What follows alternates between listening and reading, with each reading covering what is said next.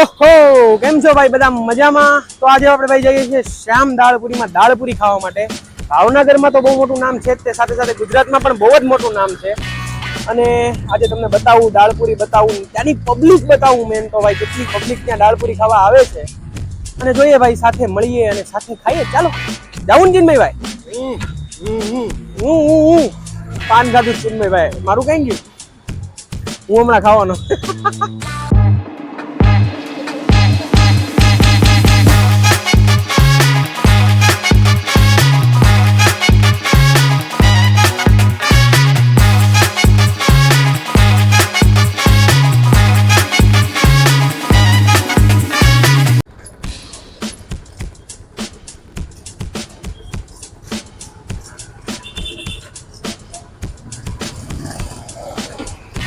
આપણે આવી ગયા છીએ શ્યામ દાળપુરી ની અંદર. ખાલી ભાવનગરમાં નહીં ભાઈ, આખા ગુજરાતમાં એવું નામ છે અને જબરદસ્ત કામ છે ભાઈ. અહીંયાનો સ્વાદ એટલે આહાહા, યાદ કરો ને મોઢામાં પાણી આવી જાય ભાઈ. અને તમે ભીડ જોઈ શકો છો. ચિન્મયભાઈ ભીડ બતાવો.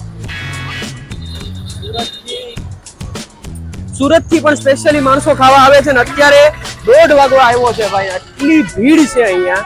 અને આટલી ભીડ તો હું તો કહું છું ઓછી છે આ વખતે. અમને અત્યારે વિડીયો ઉતારવાનો મોકો મળે છે એવી ભીડ છે.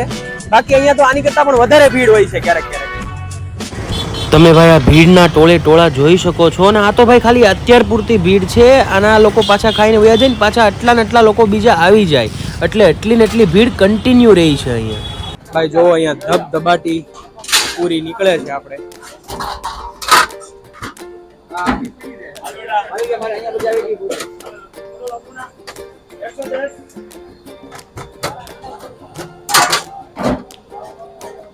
મશીન ને પાછું પાડી દેવો. ચિન્મયભાઈ શું કેવું? સાચી વાત છે જાનીભાઈ, મશીન ને પાછું પાડી દે. એટલી સ્પીડમાં આ લોકો પૂરી બનાવે છે.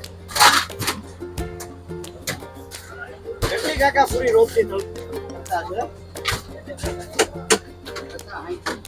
50-60 કિલો પૂરી. ઓહો, 50 થી 60 કિલો ભાઈ પૂરી દિવસની કરે છે અહીંયા.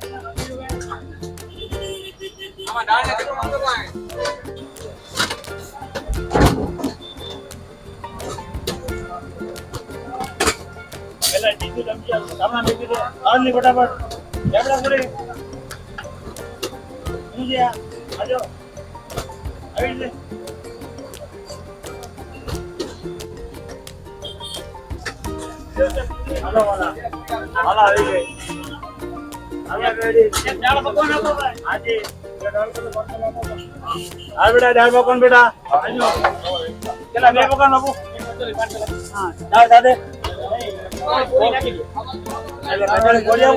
એક કોરી કચોરી, 3 પૂરી. કોરી કચોરી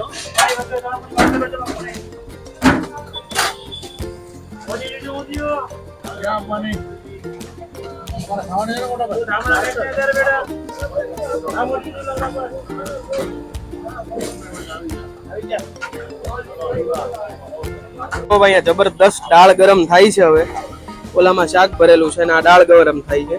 અને પૂરી તો ભાઈ ધબધબાટી અહીંયા નીકળે જ છે.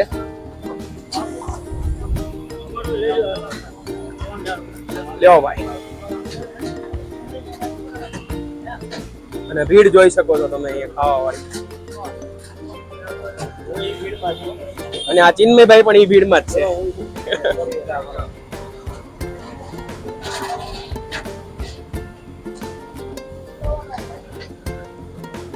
અત્યારે અહીંયા શૂટ કરવા આવતા હતા શ્યામ દાળપુરીમાં. અને આપણા ચિન્મયભાઈ રસ્તામાં આવતા આવતા ગબડી ગયા. બતાવો ચિન્મયભાઈ. અરે અરે, અને પેન્ટ જોવો તમે, સ્ટાઇલિશ પેન્ટ થઈ ગયું ભાઈ. ભાઈ શું થયું? પાછું એક જણાને લિફ્ટ આપીને ગઈ પડ્યા, એકલા નહીં. પ્રસાદી મળી.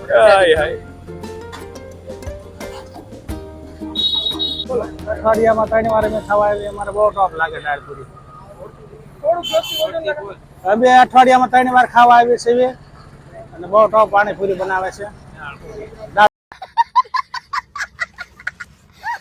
ચાલો ભાઈ, હવે શાક ગરમ થાય છે અહીંયા જબરદસ્ત. પેલા દાળ ગરમ કરી, હવે શાક ગરમ થાય છે.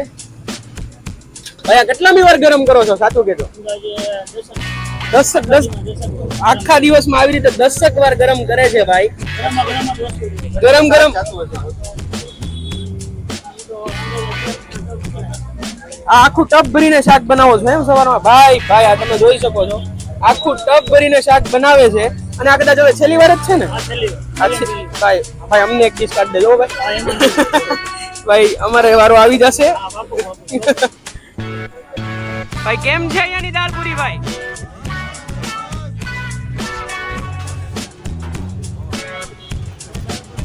રેડી. અમે લોકો સુરત થી આવ્યા છીએ અને આ ભાવનગર ની અંદર બહુ સાંભળ્યું હતું કે આની દાલપુરી સારી આવે છે. અમે શ્યામ દાલપુરી અને અમે લોકો ત્યાંથી સુરત થી અહીંયા નાસ્તો કરવા માટે અને ફરવા માટે ભાવનગર આવ્યા છીએ. શું શું ભર્યા તમે? હજુ તો અમે આવ્યા રોરો ફેરીમાં અને જઈએ છીએ સારંગપુર.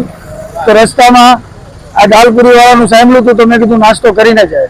હવે સારંગપુર કેમ લાગી ભાઈ દાળ પૂરી? એક નંબર. ભાવનગરમાં મહેમાન આવ્યા છે આ લોકો અને અહીંયા દાળ પૂરી ખાધી છે એ લોકોએ ભાવનગરમાં. તો ભાઈ કેવી લાગી દાળ પૂરી? ભાઈ જો ભાઈ સુરતના લોકો છે ભાઈ, હસતા નો રે. ભાઈ છાસ જોવો તમે, આ જાનીભાઈ માટે લો છે. ખાલી સ્પેશિયલી મારી માટે. ભાઈ ભાઈ હું લઈ જાઉં છું. કેટલા વર્ષ થયા છે? મને પૂરા 30 વર્ષ થયા છે. 30 વર્ષ થયા છે. આપણે અંદાજે કેટલું પબ્લિક આવતું હશે? એ તો હવે ભગવાન દયા છે. આ રોડે આવે છે સીધા ઊંધા રોડે વયા જાય છે. બરોબર, કોણ આવે છે, શું ખાય છે, પીવે છે, કેટલા આપે છે કાંઈ ખબર નથી. પણ ભગવાન દયાથી મારો ને મારા કારીગરોનું ઘર હાલે છે. ભાઈ ભાઈ ભાઈ ભાઈ.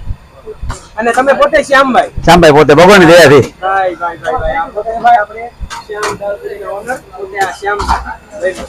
એક નંબર સ્વાદ છે ભાઈ, જબરદસ્ત. Thank you. ભાઈ ભાઈ આપણું બધું આવી ગયું છે. ભાઈ આ શું છે? એ મેંદાની પૂરી હવે મોટી પકવાન કહેવાય ને આપણી પાસે. ઓકે, મેંદાની પૂરી, ટૂંકમાં પકવાન. અને ભાઈ જબરદસ્ત દાળ છે અને પૂરી. ભાઈ ભાઈ અને સાથે ડુંગળી ને બધા અથાણા જમાવટ. હાલો ચિન્મયભાઈ, તૂટી પડીએ ત્યારે. જો ભાઈ તૂટી પડ્યા ત્યાં તો. અને છાસ આવી ગઈ છે ભાઈ, વાલી વાલી છાસ. જી ભાઈ એક બેસ્ટ વસ્તુ એ છે અહીંયા દાળ પૂરી તો મળી જ જાય. સાથે સાથે ભાઈ અહીંયા ડુંગળી છે ને હંમેશા આવી રીતે આમ મૂકીને જ રાખે છે. ભલે ગમે એટલી મોંઘી હોય, જેટલી ખાવી એટલી હોય ખાઓ તમ તમારે. અને એક અહીંયા એમની આ તીખી ચટણી પણ ખૂબ જ ફેમસ છે ભાઈ. દાળ તમારે તીખી કરવી હોય તો એ ચટણી તમે નાખી શકો છો. ભાઈ આ છે એમની ફેમસ દાળ કચોરી ભાઈ.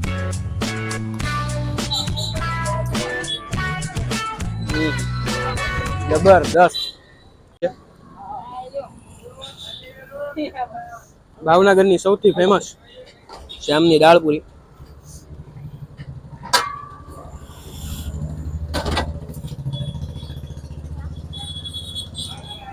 ઓહો,